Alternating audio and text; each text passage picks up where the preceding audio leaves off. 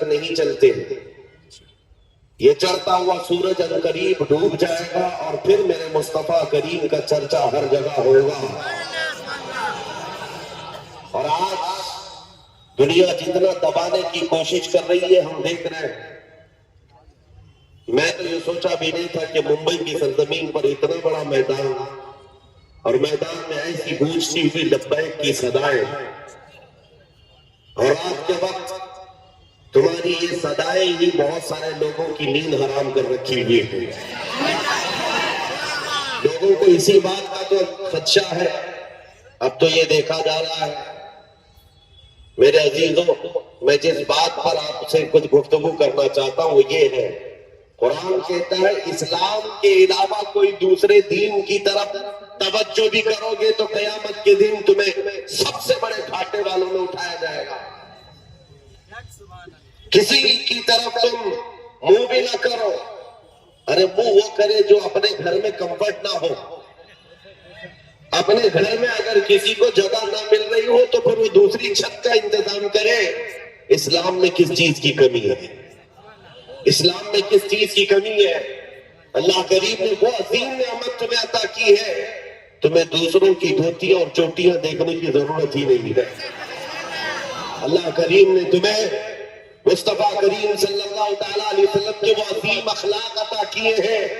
اخلاق سیکھنے کے لیے تم ان درندوں کے پاس نہ جاؤ جن کو پیشاب کرنے کا سلیقہ بھی نہیں آتا ہے. سبحان اللہ سبحان اللہ. اخلاق میرے مصطفیٰ کریم صلی اللہ علیہ وسلم کی پوری کائنات میں سب سے اعلیٰ ہے، سب سے اعلیٰ ہے. میں آپ سے یہ پوچھنا چاہتا ہوں میرے عزیزوں، یہ واحد قوم ہے دنیا کی جس کو جھکانے کے لیے آج دنیا پوری ایڑی چوٹی کا زور لگاتی ہے.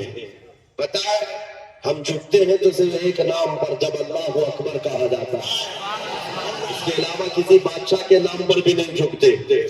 جاؤ اپنی مسجدوں میں امام کوئی اپنے باپ کا نام لے کر کے رکوع میں جھکا کر دکھائے قوم کو، اپنے باپ دادا کا نام لے کر یا کسی بادشاہ وقت کا نام لے کر کے سجدے میں گرا کر دکھائے، قوم کھڑی ہو جائے گی، نہیں جھکے گی. ہاں اگر ایک کسان کا چھوٹا بچہ حافظ قرآن بھی اللہ اکبر کہے تو پوری قوم جھک جاتی ہے.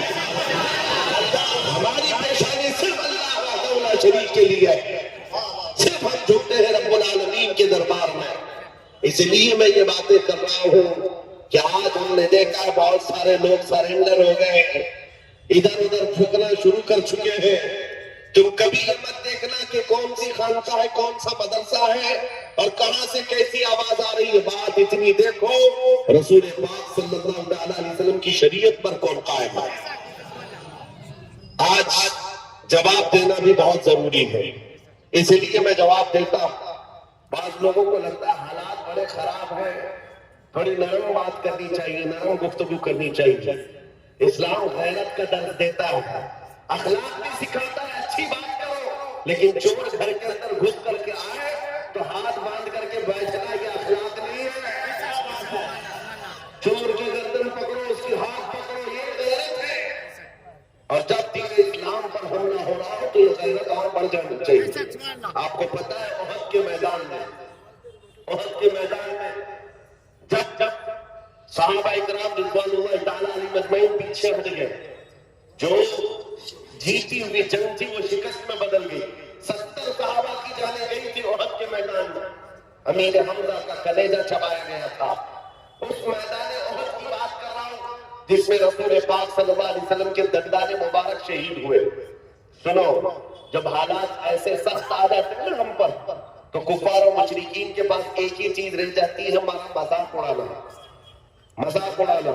اچھل کود زیادہ شروع ہو جاتا ہے کیڑے مکوڑوں کا. احد کے میدان میں یہ ہونے لگا. حضور صلی اللہ تعالیٰ علیہ وسلم جب صحابہ کے ساتھ احد کے پہاڑ پر بیٹھ چکے تھے، یعنی میدان خالی ہو چکا ہے اور کفار و مشرکین دندنا رہے میدان میں، اپنی فتح کا جشن منا رہے ہیں. ہاں آپ کو حالات ذہن میں رکھنا ہے. سنو، جب جشن منایا جاتا ہے تو تم نروس مت ہونا. بہت زیادہ جشن منانے والی زیادہ دیر تک نہیں مناتے. سنو، کفار و مشرکین کی طرف سے ابو سفیان آئے اور جشن مناتے ہوئے پکارتے ہوئے کہنے لگا کہاں ہے محمد، کہاں ہے ابو بکر، کہاں ہے عمر. تھا کہ یہ سب شہید ہو چکے. ان کو یہ لگ رہا تھا کہ حضور پاک بھی شہید ہو گئے, ابو بکر و عمر رضی اللہ عنہما بھی شہید ہو گئے. وہ کفار و مشرکین کے درمیان نعرے لگا لگا کر کہہ رہے تھے. میرے عزیزوں, حضور زخمی تھے. نبی پاک صلی اللہ تعالیٰ علیہ وسلم کے دندان مبارک سے خون بہ رہا تھا, صحابہ موجود ہیں زخمی حالت میں, لیکن میرے آقا صلی اللہ علیہ وسلم جلال میں آئے اور کہا اس کا جواب دینا ہوگا اس کافر کا. خاموش بیٹھنا یہ اخلاق نہیں, جواب دینا ہے. اور جواب دینے کے لیے میرے آقا نے کس کو اٹھایا؟ عمر ابن خطاب. سبحان اللہ. عمر کھڑے ہو جاؤ, عمر کھڑے ہو جاؤ, جواب دو. جب ادھر سے ابو سفیان پکارنے لگا کہ کہاں ہے محمد, کہاں ہے ابو بکر, کہاں ہے عمر, احد کے میدان, احد کے پہاڑ کے دامن سے سیدنا عمر ابن خطاب پکارنے لگے, یہ ہے محمد رسول اللہ, یہ ہے ابو بکر صدیق, یہ ہے عمر زندہ ہے اور تیری آنکھ میں گڑتے رہیں گے. ادھر سے نعرہ لگایا اور مشرکین نے نعرہ لگانا شروع کیا, اول حبل, اول حبل. حبل ان کے دیوتا کا نام تھا. حبل کی جے ہو, حبل کی جے ہو. حضور نے فرمایا حضرت عمر سے, عمر جواب دو. حضرت عمر نے جواب دینا شروع کیا, اللہ اجل, اللہ اجل, اللہ بزرگ ہے, اللہ بلند ہے. پھر ادھر سے یہ نعرہ لگ رہا تھا, سنو میں کیوں کہہ رہا ہوں, غیرت ایمانی یہ ضروری ہے. نعرہ لگانے لگے, لنا عزا ولا عزا لکم. عزا بھی ان کی ایک دیوی کا نام تھا. احد کے میدان میں مشرکین کہہ رہے ہیں ہمارے پاس عزت دینے والی دیوی ہے, تمہارے پاس کچھ نہیں ہے. حضرت عمر کو پھر حضور نے کہا جواب دو.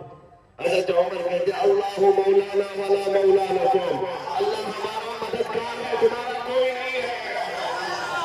آخری نعرہ بڑا دلچسپ ہے, آخری نعرہ جس کے بعد کافروں کی زبان بند ہو گئی. ابو سفیان نے کہا کب تک جواب دو گے؟ عمر دیکھو ہم نے بدلہ لے لیا, برابر برابر ہو گئے.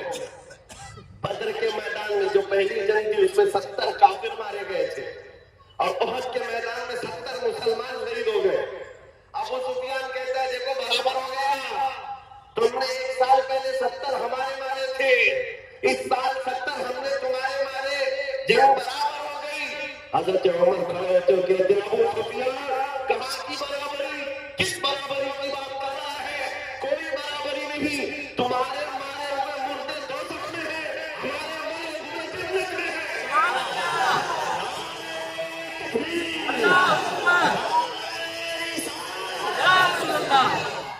یہ غیرت ایمانی ہے. احد کا میدان کیا ہوا, حالات صحیح تھے, حالات صحیح تھے. 70 صحابہ کی جانیں گئی ہیں. کیسی کیسی تکلیفیں احد کے میدان میں تھی, بیان کرنے سے کلیجہ منہ کو آتا ہے. حضرت عبداللہ بن جحش صحابی ہیں جن کے جسم کے 80 ٹکڑے کر دیے گئے تھے. سعد ابن ربیع جن کا پیٹ پھاڑ کر آنتڑیاں باہر نکالی گئی. انس بن نضیر وہ صحابی ہیں جن کی انگلی کے علاوہ پورا جسم ملا ہی نہیں. یہ احد کے میدان میں اتنے سخت حالات میں سیدنا عمر کھڑے ہو کر جواب دے رہے ہیں. سنو میرے عزیزو, آج کے وقت میں اگر کوئی یہ کہتا ہے نہیں جواب دینا چاہیے تو پھر میں کہتا ہوں حدیث پاک کی روح کے اعتبار سے اس عالم کو گونگا شیطان کہا گیا ہے, گونگا شیطان کہا گیا ہے. تم اپنی ماں کے اوپر آ جائے, بیوی کے اوپر آ جائے, بچوں کے اوپر آ جائے تو جواب دیتے ہو. محمد رسول اللہ کی ذات پر یا اسلام پر یا قرآن پر بات آئے تو میرے عزیزو پھر زندگی کے یہ حکمتیں اور مصلحتیں نہیں دیکھی جاتی. ہماری عزت ہماری آبرو رسول اللہ کے نام سے ہے. آج ان حالات کے اعتبار سے میں آپ کو صرف اور صرف اتنی بات کہوں گا, ایمان پر جمے رہو, ڈٹے رہو, مضبوطی سے قائم رہو. جو دین اللہ تعالیٰ نے تمہیں عطا کیا ہے اس کا سمجھوتا کبھی نہیں کرنا. سید میاں مولا نبی رحمۃ اللہ علیہ نے کیا خوب نعرہ لگایا تھا, کسی کی جے وجے کیوں پکارے, کیا غرض ہم کو. کسی کی جے وجے کیوں پکارے, کیا غرض ہم کو. ہمیں کافی ہے سید اپنا نعرہ یا رسول اللہ. سبحان اللہ. ہمیں کافی ہے سید اپنا نعرہ. ہاں ہم رسول اللہ کے, جنت رسول اللہ. آپ کو صرف میں اتنی بات پوچھتا ہوں, اگر دنیا آپ کو حضور کا غلام کہے تو آپ کو کوئی اعتراض ہے؟ نہیں. آپ کو اگر دنیا حضور کا غلام کہے تو اعتراض کی بات کیا چاہتے ہیں کہ دنیا ہمیں حضور کا کتا کہہ کر پکارے. تو جب دنیا کے سامنے تمہیں کوئی اعتراض نہیں ہے تو غلامی کرو تو کھل کے غلامی کرو. عشق ہو تو اظہار بھی ہو. نبی پاک صلی اللہ تعالیٰ علیہ وسلم سے اگر نسبت رکھنے پر تم فخر کرتے ہو تو کھل کر کے کرو. یہ داڑیاں چھلا کر ٹوپی چھپا کر غیروں کی شبیہ بنا کر کے تم پھر کس غلامی کی بات کرتے ہو؟ پھر کس غلامی کی بات کرتے ہو؟ جس میدان میں جاؤ ارے دنیا چوٹی رکھنے میں شرم نہیں کرتی, ننگا گھومنے میں شرم نہیں کرتی. آمنہ کے لال کے چہرے پر تمہیں شرم کس بات کی ہے؟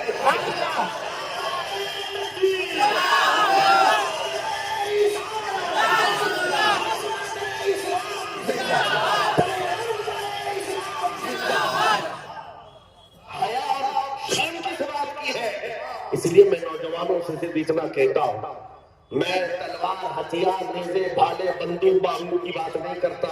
ہماری امیج ایسی بنا دی لوگوں نے کہ یہ بہت بھڑکاتے ہیں, یہ بھڑکاؤ مولانا ہے. اور جن کو یہ لگتا ہے میں کہتا ہوں ہاں میں اتنا بھڑکانا چاہتا ہوں, اتنا بھڑکانا چاہتا ہوں ہمارا نوجوان تمہارے ننگے پن سے بیدار ہو گیا, مدینے کی گلیوں میں گھومنے والا دیوانہ بن گیا. نبی پاک صلی اللہ تعالیٰ علیہ وسلم کی محبت میں وہ مدینے کی گلیوں میں گھومنے والا دیوانہ بن جائے. عزیزان گرامی وقار, ہماری کامیابی حضور کے قدموں سے ہے. اسی گنبد خضرا کی چھاؤں میں ہے جہاں پر صحابہ تابعین اولیاء کاملین نے کامیابیاں حاصل کی ہیں. آج کے ان حالات سے بہت سارے لوگ یہ کہتے ہیں. اچھا ایک بات میں آپ کو بتا دوں, کل ہی عباد جمعہ میں اس سے پہلے مجھے کسی نے کہا بھی تھا کہ آپ کی تقریریں سب اچھی ہیں, ساری چیزیں ٹھیک ہیں, لیکن یہ جو حالات ہیں فلسطین میں اتنے مارے جا رہے ہیں, 20,000 کے قریب قتل ہو گئے, عراق میں, شام میں, افغان میں, برما میں, ہر جگہ جو قتل تمہارا ہی ہوتا ہے. یہ سوال آپ کو بھی کیا جائے گا. ٹھیک ہے تمہارا خدا سچا, تمہارا نبی اچھا, تمہاری کتاب سب سے بلند, تمہارا دین سب سے بہتر, تو پھر یہ مارے کیوں جاتے ہیں, اتنے کاٹے کیوں جاتے ہیں؟ اور نادانوں کو, ظالموں کو جواب اتنا دو میرے عزیزوں, ہم پروانے ہیں, پیدا ہی ہوتے ہیں مرنے کے لیے. پروانہ جو ہوتا ہے اس کا کام ہی ہے مرنا. رسول پاک صلی اللہ تعالیٰ علیہ وسلم شمع ہے, اسی لیے مفتی اعظم نے کہا تھا تو شمع رسالت ہے, عالم تیرا پروانہ, تو ماہ نبوت ہے, جلوہ جلالا. اگر حضور پاک صلی اللہ علیہ وسلم شمع ہے اور ہم پروانے ہیں تو انہیں جواب دو, ہمارا کام ہی ہے مرنا. اور صحابہ کرام کی بات میں کرتا ہوں میرے عزیزوں, جنہوں نے فخر محسوس کیا حضور کی غلامی میں. دو صحابہ کی بات ہمارے رونگٹے کھڑے کر دیتی.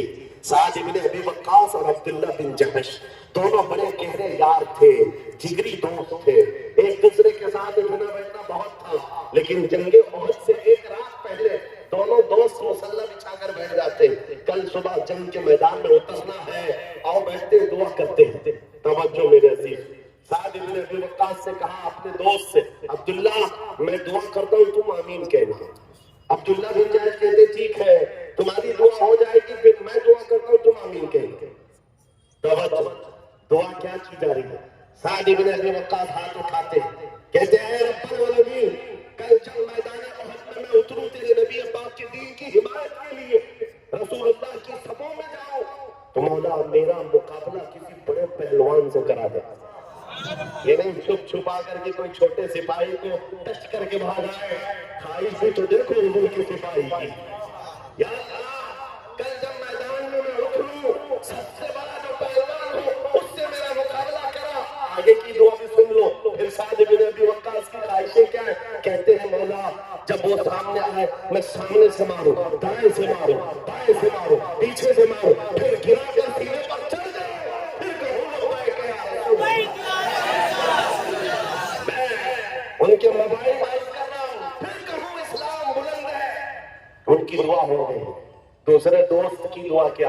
عبداللہ بن جحش, یہ بھی بڑے صحابی, حضور کے چہیتے صحابی, سعد بن ابی وقاص کے جگری یار, ہاتھ اٹھاتے کہتے اب میری دعا تو آمین کہہ. دعا کیا کر رہے, اللہ اکبر کہتے ہیں اے رب العالمین, میدان احد میں کل تیرے حبیب کے ساتھ میں صفوں میں جب جاؤں, تیرے دین کی حمایت کے لیے، تیرے نبی کی عزت و ناموس کے لیے مولا میں لڑتے لڑتے لڑتے لڑتے دشمنوں کے نرغے میں چلا جاؤں، اور دشمن کبھی مجھے سامنے سے مارے، کبھی پیچھے سے مارے، کبھی دائیں سے کبھی بائیں سے، اور میں ہر سفر پر تیرے نام کی بلندی کا اعلان کروں، اسلام کی بلندی کا اعلان کروں، ہر سفر پر تیرے حبیب کی عزت کی بات کروں۔ دعا یہ بھی ہے، دعا وہ بھی ہے۔ عزیزان گرامی، رات کے وقت دو دوستوں نے دعا کی ہے، دو صحابہ نے دعا کی ہے۔ صبح جب ہوئی اور میدان احد میں رسول اللہ کے ساتھ یہ صحابہ آئے تھے، اللہ اکبر، سعد بن ابی وقاص جیسے ہی میدان میں آئے، آپ کے مقابل میں وہ دشمن آیا کافروں کی طرف سے جس کے بارے میں کہا جاتا تھا کہ وہ 1000 انسانوں کی طاقت رکھتا تھا، 1000 انسانوں کی طاقت رکھتا ہے۔ ایسا بڑا پہلوان سعد بن ابی وقاص کے مقابل میں آیا، اس کو دیکھتے ہی سعد بن ابی وقاص نے کہا میں تو کامیاب ہو گیا، رات کی میری دعا قبول ہو گئی ہے، رات کی میری دعا قبول ہوئی ہے۔ اور پھر اس کے بعد سعد بن ابی وقاص تیر اور تلوار جو چلاتے رہے، کبھی دائیں سے کبھی بائیں سے، کبھی آگے سے کبھی پیچھے سے، ایسا مارتے تھے۔ سعد بن ابی وقاص کو جانتے ہو کون ہے؟ یہ عشرہ مبشرہ سے وہ صحابی جن کی تیر و تلوار کا اندازہ کر سکتے ہو۔ سعد بن ابی وقاص جب تیر چلاتے تھے، پیچھے سے رسول اللہ صلی اللہ علیہ وسلم یوں فرماتے ارمی یا سعد یا ابی انت و امی، اے سعد تیر چلا میرے ماں باپ تجھ پر قربان۔ ساری دنیا کہتی ہے اللہ کے دربار میں اے اللہ کے نبی میرے ماں باپ آپ پر قربان۔ سعد بن ابی وقاص تنہا وہ صحابی ہے جس کو اللہ کے رسول کہتے ہیں میرے ماں باپ تجھ پر قربان، تیر چلا۔ تکبیر،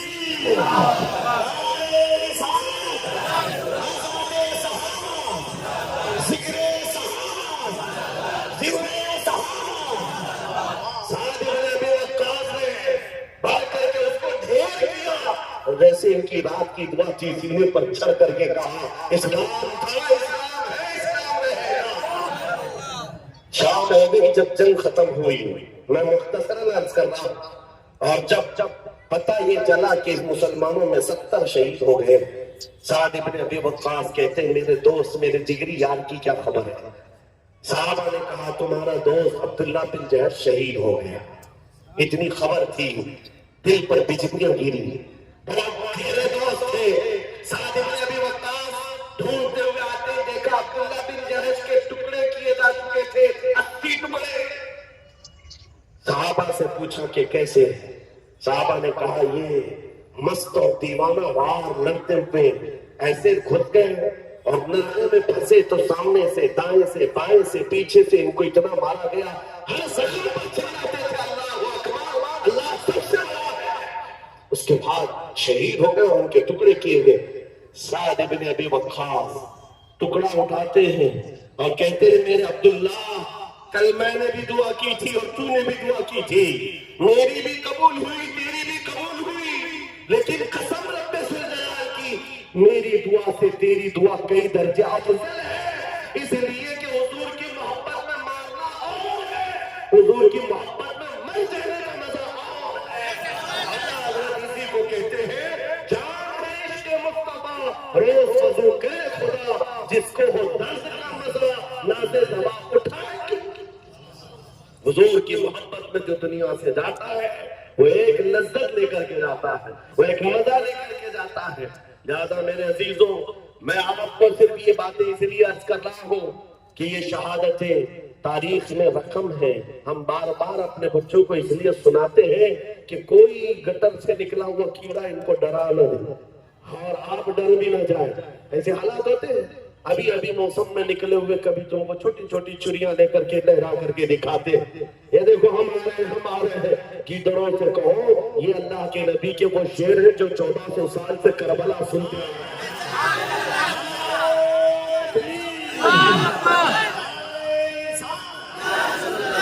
حالات جیسے بھی ہو، میرا میسج صرف اتنا ہے، اپنے ایمان کا سودا کبھی نہیں ہونے دینا، اپنے دین کا سودا کبھی نہیں ہونے دینا۔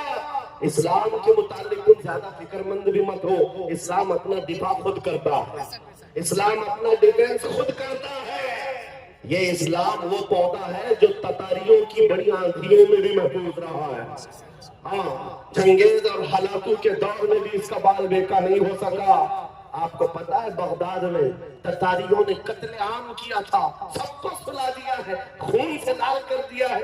اور تتاری بادشاہ کی بیٹی شام میں گھومنے کے لیے نکلی ہے تو اس وقت دیکھا کہیں سے اذان کی آواز آ رہی. ہم نے تو بغداد کی اینٹ سے اینٹ بجا دی, پھر بھی آواز آ رہی. لوگوں کو یہی تو درد ہے, ہم نے کئی سالوں سے ان کے پیچھے محنت کی, پھر بھی اذان کہیں نہ کہیں سے آتی, اذان کی آواز آتی ہے. وہ آئے گی. ایک بات بتا دوں, کبیر صاحب اس کو نوٹ کریں, ایک مسجد میں کسی بت کے رکھ دینے سے وہ بت قضا نہیں ہوتا. تاریخ گواہ ہے, 300 سال کعبے کے اندر تھے تب بھی کعبہ کعبہ تھا. سبحان اللہ.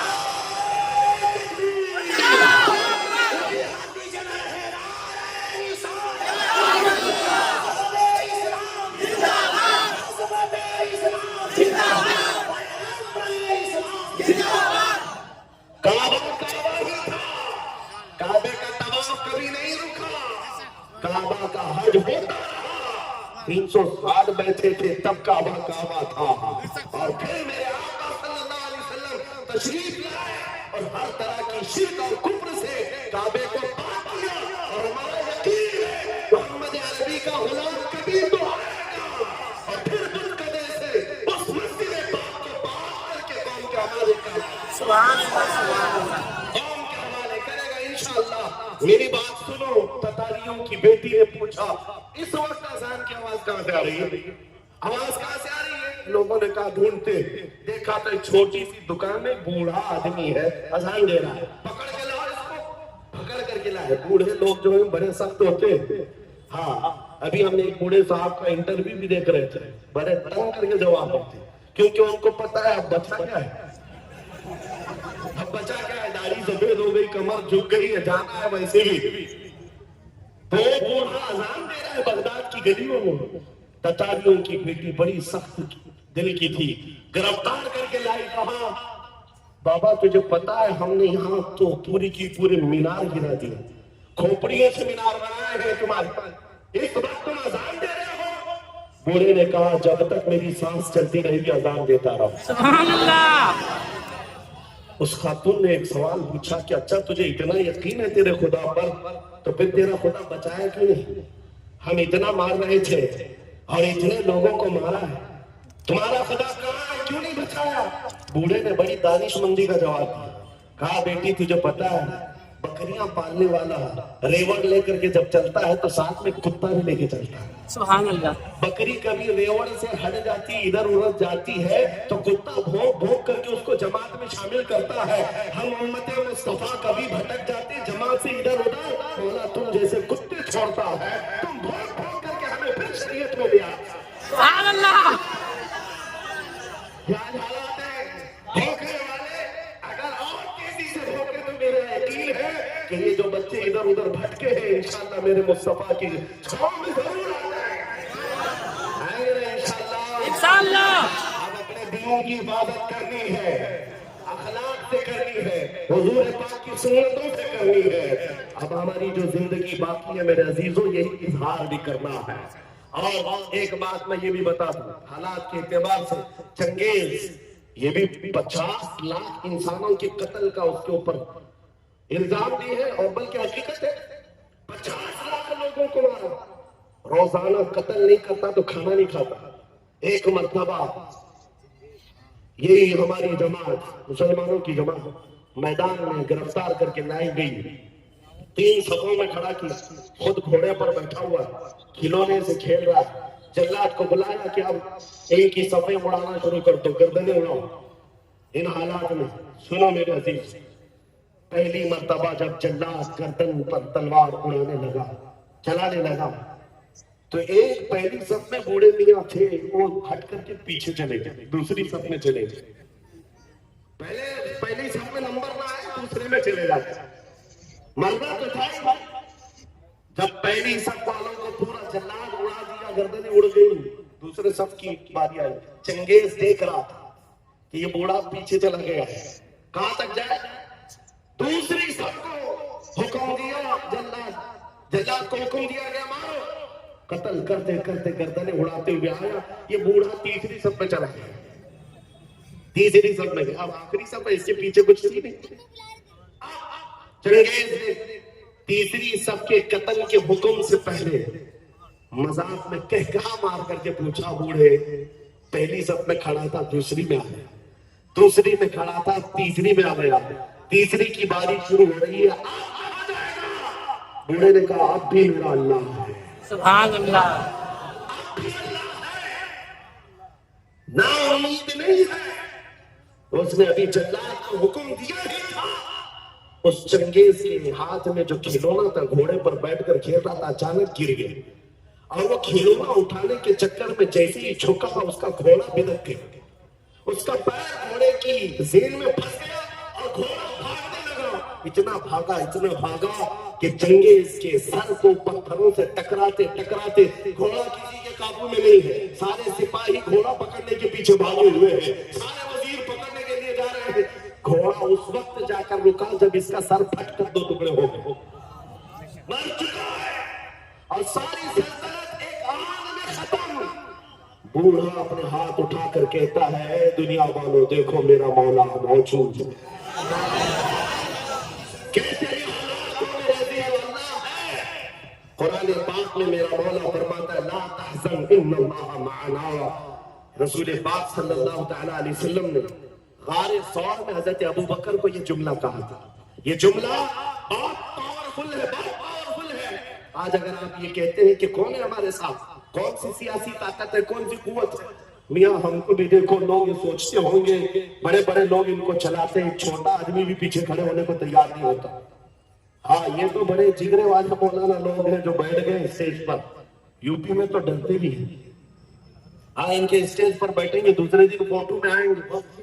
ہاں ایک مولانا صاحب انہوں نے کہا تھا آپ کے ساتھ بیٹھیں گے, دوسرے دن پولیس والوں نے اٹھا لیا.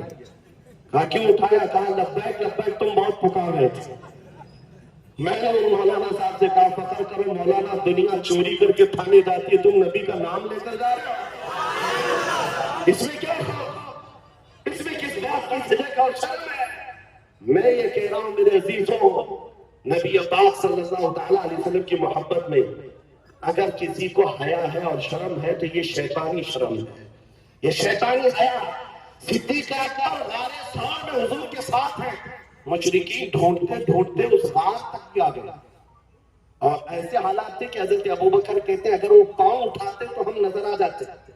مشرکین وہاں تک پہنچ گئے ہیں, اگر وہ پاؤں اٹھاتے تو ہم نظر آتے. حضرت ابوبکر صدیق کی بے قراری جیسی بڑی, پوچھا رسول اللہ آقا اب کیا ہوگا؟ تب نبی پاک نے ابوبکر صدیق کے سینے پر ہاتھ مارا اور کہا لا تحزن ان اللہ معنا, اللہ ہمارے ساتھ ہے, اللہ ہمارے ساتھ ہے.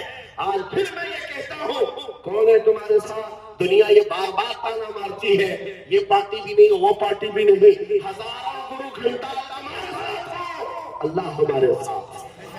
اس یقین کے ساتھ زندہ رہو میرے عزیزو, اللہ ہمارے ساتھ ہے.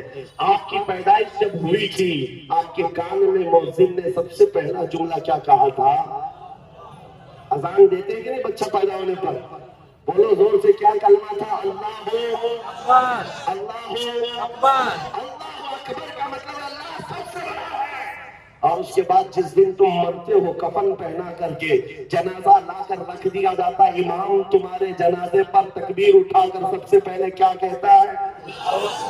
کیا کہتا ہے؟ اللہ اکبر. ہم اس دنیا میں آئے تھے اللہ اکبر سن کر کے, دنیا سے جائے اللہ اکبر سن کر کے. یہ عقیدہ ہے اس دنیا میں ہم مسلمان اللہ سے کسی کو نہیں مانتے. اللہ سب سے بڑا ہے, اللہ سب سے بڑا ہے. اس ایمان کے ساتھ جیو میرے عزیزو. آپ کو پتا ہے آج کے حالات میں لوگ تمہیں یہ کہیں گے سب آدھا ادھر آدھا ادھر کر کے چلو, لکم دینکم ولی دین کی بات. کچھ پیر لوگ بھی آئے, کچھ مولوی لوگ بھی آئے, ذرا ان کا بھی دل رکھ لو, ذرا ان کا بھی دل رکھ لو. ایک میان میں 2 تلوار نہیں رہ سکتی. آپ اس بات کو یاد رکھو, اسلام پر ہو تو اسلام پر پورے کے پورے اتر جاؤ, اور پورے کے پورے اترنے کا مطلب یہ ہے کسی کی خوشامدی اور کسی کی چاپلوسی کے لیے ہم نہیں جیتے, ہم نے دیکھا ان سیاسی نیتاؤں کو بیچارے 40 سال ان کی جھوٹیاں اٹھا کر کے نوکری کرتے رہے، بوڑھے ہو گئے تو پارٹی نے نکال دیا اور پتہ نہیں کون سی درشن منڈلی میں بٹھا دیا گیا ہے۔ ان کا حال یہ ہے، لیکن حضور کی غلامی میں جو عالم جتنا بوڑھا ہوتا ہے اتنی عزت بڑھائی جاتی ہے۔ محمد کے غلاموں میں بڑھاپا آ نہیں سکتا، یہاں جو جتنا بوڑھا ہوتا ہے عزت بڑھتی چلی جاتی ہے۔ اس لیے ایک بات یاد رکھو، دنیا تمہارے خوشامد کرنے سے کبھی راضی نہیں ہوگی، یہ کبھی راضی نہیں ہوں گے۔ تم کشکا لگا لیے، تم بھگوا پہن لیے، کبھی ادھر کی باتیں ادھر کی باتیں کر لیے، کبھی راضی نہیں ہوتی دنیا، کبھی نہیں راضی ہوتی ہے، ہم نے دیکھا ہے۔ لیکن آؤ میرے مصطفیٰ کے دربار میں ایک درود سے راضی ہو جائے۔ آتا ہے فقیروں پہ انہیں پیار جیسا، خود بھیک دے اور خود کہے مانگتے کا بھلا ہو۔ اس لیے راضی کرنا ہو تو اس ایک دربار میں جس کو اعلیٰ حضرت نے کہا ہے آج ہے ان کی پناہ، آج مدد مانگو ان سے، کل نہ مانیں گے قیامت میں اگر مانگ گئے، کل نہ مانیں گے قیامت میں اگر۔ میں جو اپنی گفتگو ختم کر رہا ہوں اس بات پر، ایک بہت بڑی بات ہے، آج تم کیا کر رہے ہو اسی کا اعتبار ہے، آج کیا کر رہے ہو اسی کا اعتبار ہے۔ یہ مت سوچنا کہ قیامت کے دن حضور کی شفاعت تو ہو ہی جائے گی، کس کے لیے شفاعت؟ ایمان والوں کے لیے ہے، ایمان والوں کے لیے ہے، استقامت کے ساتھ جمے ان کے لیے ہے۔ آپ کو پتا ہے قبر میں 3 سوالات ہوتے ہیں، سب نے سنا ہے کہ نہیں سنا؟ سب سے پہلا سوال ہے من ربک کا، تمہارا رب کون؟ تمہارا رب کون ہے؟ سوال کیا ہے وہ میں پوچھ رہا ہوں، جواب آپ سے نہیں پوچھ رہا۔ تمہارا رب کون ہے؟ فرشتے پوچھتے ہیں، آپ جواب کیا دیں گے؟ میرا رب اللہ ہے۔ دوسرا سوال ہے تیرا دین کیا ہے؟ ما دینک، تیرا دین کیا ہے؟ آپ جواب کیا دیں گے؟ میرا دین۔ اب سنو فرق، تیسرا سوال کیا ہے؟ بہت بڑا فرق ہے۔ پہلے 2 سوالوں میں یہ پوچھا گیا تیرا رب کون ہے، تیرا دین کیا ہے کا لفظ ہے، اور تیسرے سوال میں پوچھا جا رہا ما کنت تقول فی حق ھذا الرجل، حضور کو دکھا کر فرشتے پوچھیں گے ان کے بارے میں کیا کہتا تھا، یہ نہیں کیا کہتا ہے۔ پہلے 2 سوالوں میں پوچھا گیا کون ہے رب، کیا ہے دین، لیکن حضور کے بارے میں کہہ رہے کیا کہتا تھا۔ اب کیا کہتا ہے وہ تو ہر کوئی کہے گا حضور کو دیکھ کر کہ یہ آتا ہے، یہ مولا ہے۔ حضور کے جلووں کو دیکھ کر کے پھر ہر کوئی مان لے جائے، اس وقت ماننا اعتبار نہیں ہوگا۔ اسی لیے فرشتے کیا پوچھیں کیا کہتا تھا، اسی لیے آج کے دور میں کیا کہتے تھے اسی کا اعتبار ہوگا۔ اے سنیوں، قبر کے اندر وہ سنی غلام مصطفیٰ مچل کر کے کہے گا حضور کے بارے میں کیا کہتا تھا، وہ اپوزیشن والے ہیں جو ڈر جائیں گے، حضور کے بارے میں جواب نہیں دے سکیں گے، جواب نہیں دے سکیں گے، وہ ڈر جائیں گے۔ کیا کہتے تھے ان کو پتا ہے؟ یہی تو کہتے تھے پیٹ پیچھے کا علم نہیں، یہی تو کہتے رہے معاذ اللہ بچوں کے علم کے برابر، یہ سب بولتے رہے، وہ قبر میں کیا بول پاؤ گے۔ ہاں سنی گدا کہے گا اے فرشتوں اب تو پائے ناز سے اے فرشتوں کیوں اٹھو، مر کے پہنچا ہوں یہاں اس دل ربا کے واسطے، مر کے پہنچا ہوں یہاں اس دل ربا کے واسطے۔ حضور کے بارے میں کیا کہتا تھا؟ یہی تو کہتا تھا سرور کہوں کہ مالک و مولا کہوں تجھے، باغ خلیل کا گل زیبا کہوں تجھے، تیرے تو صاحب تناہی سے ہے بری، حیران میرے شاہ ہے کیا کیا کہوں تجھے، لیکن رضا نے ختم سخن اس پہ کر دیا، خالق کا بندہ خلق کا آقا کہوں تجھے۔ بس میری گفتگو ختم ہو گئی اس بات پر کہ آپ جینا ہے تو اسلام پر کھل کر کے عمل کرنا ہوگا، عمل کریں گے انشاءاللہ، اور یہ نعرہ لگائیں گے اسلام تھا اسلام ہے اسلام، اسلام تھا اسلام ہے